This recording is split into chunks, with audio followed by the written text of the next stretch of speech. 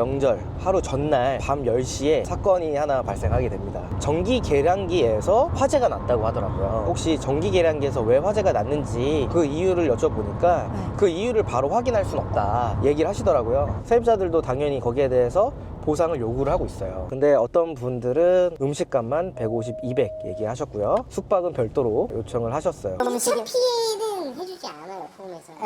직접 손해. 화재로 인한 직접적인 피해가 온 것만 딱 보험에 담보가 됩니다. 이 사람이 병원 내온 이유가 이산화탄소 중독이 이렇게 나와요. 그 나오면 해주는 거지. 인과관계가 설명이 된다면 보험 처리 가능한 건 거고 그 직접 손해로 봐요. 사람이 연기로 인해 다친 거니까. 이산화탄소 중독이잖아요. 쌤 지금 어디 가세요? 대전에 가고 있습니다. 대전에 경매 물건이 나오는 것들이 또 많아서 경매 물건도 촬영을 하러 가기도 하는데 오늘 같은 경우에는 좀 특별한 일이 있어서 대전에 가고 있습니다. 무슨 일이에요? 제가 대전에 다가구 주택을 낙찰받고 월세 받으면서 관리하고 있는 건물이 있는데요. 명절 하루 전날 밤 10시에 사건이 하나 발생하게 됩니다. 부재중 전화가 한 10통 가까이가 있고요. 문자가 엄청 쌓여 있는 거예요. 연휴에. 네, 다음날 이제 명절이었는데 무슨 일이지 하면서 문자를 확인했어요. 모르는 전화번호가 되게 많았었고요. 그 와중에 또 이제 임차인 분들 전화가 또 와 있었고, 그리고 문자 내역을 봤더니 화재 난 사진이 있는 거예요. 순간 저도 놀라잖아요. 제가 건물을 또 관리를 하고 있고 노하우가 많지만 화재가 났다는 얘기를 뉴스에서 접하지 직접 제가 경험해보진 못했단 말이죠. 그걸 보고 막 부랴부랴 전화를 했어요. 소방서에서 화재 진압을 하면서 저한테 전화를 주셨더라고요. 소방서 직원분한테 물어보는 게 더 명확하잖아요. 그래서 지금 어떤 상황이고 얼마나 화재가 되었고 진압은 되고 있는지,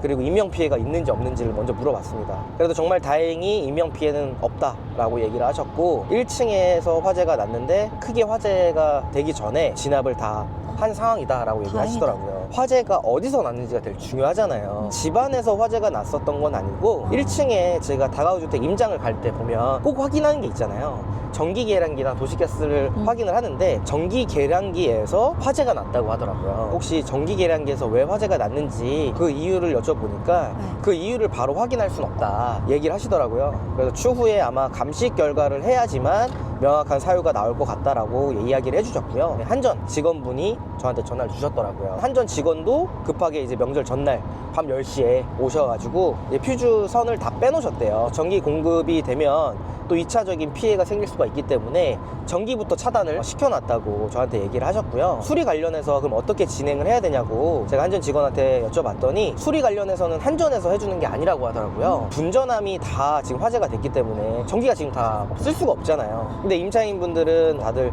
거주하고 있는 상황이고, 그래서 얘기하시는 거는 전기 사설 업체를 별도로 알아보신 다음에 수리를 한 후에 한전에 전기 공급 신청을 별도로 해야 된다 이렇게 얘기를 하셨어요. 근데 이미 밤 11시에 가까운 시간이었었고 명절 전날이잖아요. 연휴가 길었잖아요. 연락이 안 되는 거예요. 주택관리에도 연락을 했죠. 근데 당연히 연휴에다가 늦은 시간이니까 전화가 잘 안 될 거 아니에요. 근데 이제 대표님이랑 어떻게 해서 연락이 돼서 급하게 또 확인을 또 하긴 했는데 그 주택관리 직원분이 나온다고 해서 지금 당장 할 수 있는 게 없는 거예요. 전기업자가 아니기 때문에. 전기 작업자를 우리가 수소문 끝에 찾았는데 마찬가지로 이제 명절 전날이니까 지금 당장 조치가 어렵다. 최소 이틀에서 3일 정도 있다가 조치를 취할 수가 있는데 그것도 분전함이 전소가 돼버렸기 때문에 그 자재를 또 구해야 되는데 자재 구하는데도 또 걸린다는 거예요. 임차인들한테 연락이 오기 시작했습니다. 화재가 피해가 크지 않았기 때문에 집에서 뭐 손상이 되거나 이런 것들은 없었어요. 물론 연기가 좀 나온 건 있지만 연기 때문에 집안에 다 들어가서 거주를 못할 정도는 아니셨거든요. 근데 일단 전기가 안 되니까 난방이 안 되잖아요. 보일러도 안 될 거고 불도 안 켜지는 거 아니에요? 불도 안 켜지죠. 전기가 다 나갔으니까. 한 세대라고 하면 제가 그분이랑 통화를 하면 끝나요. 하지만 다가구는 가구 수가 많잖아요. 10몇 개가 된단 말이에요. 19가구까지 있을 수 있기 때문에 그 모든 분들과 다 제가 전화를 하기 위해서는 시간이 너무 오래 걸릴 수밖에 없고 연락을 못 받는 분들은 불안해할 수밖에 없단 말이에요. 그래서 순간적으로 판단을 한 게 일단 지금 전화 통화는 어렵다고 문자로 말씀을 드렸고요. 그리고 지금 상황에 대해서 문자로 계속 말씀을 드렸죠. 그래서 일단 지금 거주하고 계시는 분들 같은 경우에는 전기 공급이 지금 제한이 되어 있기 때문에 숙박업소로 대피해서 며칠간은 숙박업소에 계셔야 될 것 같다라고 제가 안내를 해드렸고요. 그리고 차후에 진행 상황에 대해서 문자를 드리면서 진행을 했죠. 임차인 분들이 거기에 따라서 움직여 주셔서 그나마 덜 혼동됐었던 것 같습니다. 초반에 소통을 잘 하셨네요. 화재에 관련된 경험은 없지만 다가구 주택이라는 거를 경매로 또 취득을 했었고 한 번에 또 명도도 진행을 했었고 그다음에 임대를 또 맞추면서 관리를 하다 보니까 순간적으로 당황을 할 수밖에 없죠. 화재니까. 그렇지만 크게 문제가 되지 않는다라고 하면 그 자리에서 바로 정신을 차리고 그럼 내가 지금 당장 뭐부터 해야 될까라는 거를 그 자리에서 바로 정리를 했어요. 그리고 나서 바로 대체를 했기 때문에 그나마 좀 더 혼동스럽지 않게끔 잘 마무리가 됐었던 것 같습니다. 그러면 지금은 정상적으로 거주하고 계시는 거예요? 지금은 정상적으로 거주하고 계시고 전기도 다 들어오고 있습니다. 전기가 들어오는 데까지 한 3일 정도가 걸렸어요. 제가 그냥 손 놓고 있을 수가 없겠더라고요. 대전에 있는 곳을 일단 우선적으로 찾아야겠다라고 생각을 하고 네. 대전에 있는 업체를 다시 돌리기 시작합니다. 마침 지금 가능하다라는 작업자분을 찾았어요. 그래서 그분이 화재 난 지 몇 시간 안 됐을 때였는데 1시 반쯤에 그 현장에 오셨어요. 사진도 찍어서 저한테 보내주시고 다음날 오전부터 하루 종일 작업하면 저녁이나 그 다음날에 전기 공급을 시킬 수 있겠다라고 얘기를 하시긴 했었는데 거기서 얘기하시는 게 뭐냐면 분전함이 화재가 났기 때문에 그 전선들이 타 있을 거 아니에요. 그 타 있는 부분들만 교체를 하면 일시적으로 전기가 어떻게든 공급이 되게끔 말씀드릴 수가 있대요. 전기 공급을 하기 위해서 급하게 임시 조치를 한다? 임시 공급도 너무 중요하지만 사실 제일 중요한 거는 차후에 또 화재가 나면 안 되기 때문에 전체적으로 문제될 만한 것들을 싹 다 좀 교체를 했으면 좋겠다 라고 말씀을 드렸더니 하시는 말이 임시 조치를 하고 새롭게 전부 다 문제될 만한 것들을 교체를 하게 되면 했던 거를 다 뜯어서 다시 새로 해야 된대요. 그래서 비용이 한 2배 정도 들 거다 그렇게 얘기를 하시길래 그때 제가 상의하고 고민한 결과 그러면 전기 공급이 조금 더 늦더라도 2차 피해 화재가 나지 않는 게 더 중요하기 때문에 그냥 전체적으로 교체를 해줬으면 좋겠다 라고 말씀을 드렸습니다. 그렇죠. 이런 게 또 곰쌤 스타일이지. 그리고 전기 작업자분이 얘기하시는 거는 뭐냐면 분전함이 또 다가구 주택이 또 가구 수가 다 다르잖아요. 그러다 보니까 거기에 또 규격에 맞는 걸 또 찾기가 쉽지가 않다. 아니면 또 주문 제작을 들어가야 되는데 주문 제작하는데 또 기간이 걸린다. 그렇게 얘기를 하시는 거죠. 근데 그 기간이 또 너무 길어지면 어떻게 돼요? 전기 못 쓰는 기간만 늘어나잖아요. 임차인분들이 거주를 할 수가 없는 거예요. 그쵸. 제 입장에서는 생각할 수밖에 없는 게 뭐냐면 1박이면 요즘 모텔 와. 같은 데 가도 7, 8만 원이거든요. 그럼 1박만 해도 비용이 나오죠. 그 비용이 만만치가 않습니다. 그래서 제가 그때 그분한테 좀 간곡하게 좀 부탁을 했었고 그래서 그분이 좀 빠르게 자재를 구해가지고 바로 다다음 날 진행을 했습니다. 다 연휴 기간 안에 한 거네요, 그러면? 네네네, 맞아요. 이 화재가 나면서 정말 많은 경험을 했고 아 이런 게 있구나라는 걸 되게 또 느꼈던 게 뭐냐면 수리를 하면 바로 전기 공급을 원래 해주는 게 아니래요. 그러면요? 우리가 신축으로 보면 전기를 설치를 했어요. 안전필증이라는 걸 받아야 된다고 합니다. 전기 안전필증을 받을 때 한 일주일 정도 걸린대요. 근데 저희는 지금 신축도 아니고 화재로 인한 사건이기 때문에 좀 그럼- 다르다고 하더라고요. 일단 한전에서 얘기한 거는 1차적으로 사람이 일단 거주해야 되는 상황이니까 수리를 하고 한전에 연락을 하면 네. 고객들이 전기 공급을 먼저 해주겠다. 대신에 거기에 대한 전기 안전 필증은 접수를 하셔야 된다. 이렇게 얘기를 하셨거든요. 근데 거기에 조건이 하나 더 붙었어요. 무슨 조건이요? 전기 안전 필증이 나오고 나서 전기 공급을 해줘야 되는 게 원칙인데 상황상 전기 안전 필증을 나오는데 일주일 걸리니까 전기 공급을 미리 해야 되는 상황이잖아요. 그럼 그 안에 화재가 나거나 전기가 문제가 됐을 경우에 네. 모든 책임을 져야 된다라는 거를 전기 작업자한테 받아야 된대요. 그 리스크를 안고 할 작업자가 있나요? 저도 그렇게 생각을 했어요. 전기 작업자분한테 얘기를 하니까 당연히 그렇게 해야 되는 게 맞다. 지금 상황이 화재가 나서 이런 거기 때문에 본인이 알아서 전기 안전 필증도 신청을 다 하겠다. 라고 얘기를 해주셔서 전기 공급을 하고 지금 전기 안전 필증을 신청해 놓은 상태입니다. 신축도 아닌데 그 분전함 그거 하나 바꿨다고 그것도 일주일이나 걸리는 거예요? 그럼요. 저도 몰랐지만 생각보다 되게 안전하게 이렇게 전기라든지 이런 부분들이 공급이 되고 있는 것 같습니다. 화재 사건으로 또 쌤 다가구 화재 관련 매뉴얼이 또 하나 만들어졌네요. 그 이후에 또 절차들이 또 있어요. 건물을 낙찰을 받고 나서 화재 보험을 가입을 했습니다. 보험 처리를 또 해야 되잖아요. 주변에서 화재가 나서 이걸 청구했다는 사람을 거의 본 적이 없어요. 진짜 드물죠. 게다가 이게 또 그냥 아파트도 아니고 빌라도 아니고 건물 전체잖아요. 그래서 이런 부분에 있어서 지금 저도 처음이다 보니까 하나하나씩 약관도 보고 손해사정인 분도 배정이 또 되고 그거 하면서 또 소방서에다가 받아야 되는 서류들도 있고요. 그리고 소방서에도 우리가 줘야 될 서류들이 있어요. 그런 부분들이 또 있어서 지금 하나하나씩 처리를 하고 있고 오늘 같은 경우에는 이제 손해사정인 분을 만나서 작성을 해야 되는 또 서류도 있고요. 만나서 또 이야기 나눌 게 있어서 지금 대전에 가고 있습니다. 보험사에서 화재 난 거를 보상해주는 범위는 좀 대략적으로 확인되신 거예요? 이걸 제가 직접 겪으면서도 느낀 게 있는데, 화재 보험을 들었을 경우에 화재로 인한 피해를 보상을 해주는 게 화재 보험인 거죠. 그게 화재로 인한 직접적인 영향이어야 돼요.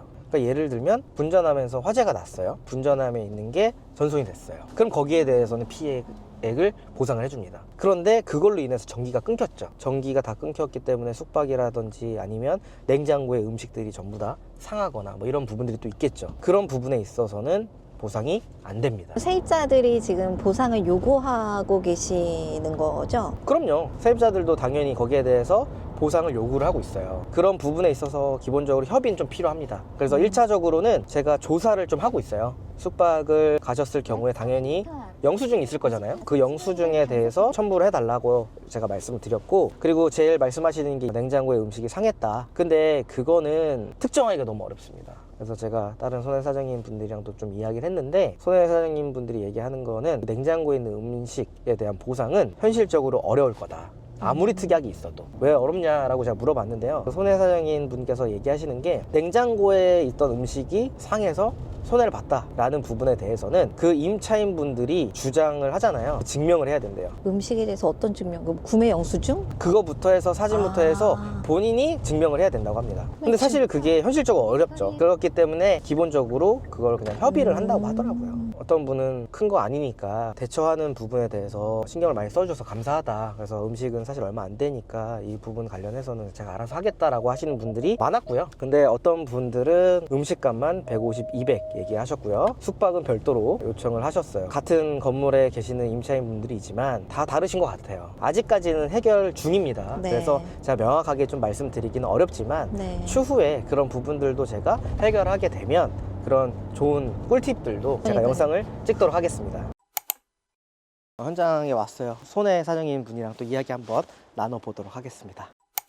혹시 좀 보셨나요? 봤는데 겉보기에는 일단은 절차는 어떻게 되는 거예요? 괜찮은데 써있으니까 중요한 건 이제 소방차에서 감시 결과가 빨리 나와야 되거든요. 평가 저희가 하는 건데 문제가 없다면 그대로 지급을 하는 공사 견적서를 보니까 인건비가 360만 원이더라고요. 사실 인건비가 많이 나갈 수밖에 없다고 저는 생각을 하거든요. 전체적으로 싹 다 뜯어가지고 다 하는 거다 보니까 3일 넘게 하셨어요. 거의 밤새. 저희 입장에서는 사실 방법이 없죠. 그리고 일단은 저거 그때 말씀드렸지만 세대 내 피해나 이런 것들은 지금 조사는 하고 있는데 아직까지는 뭐 연기 때문에 집안이 뭐가 됐다 뭐 이런 얘기는 없어요. 병원 가셨다거나 이런 거.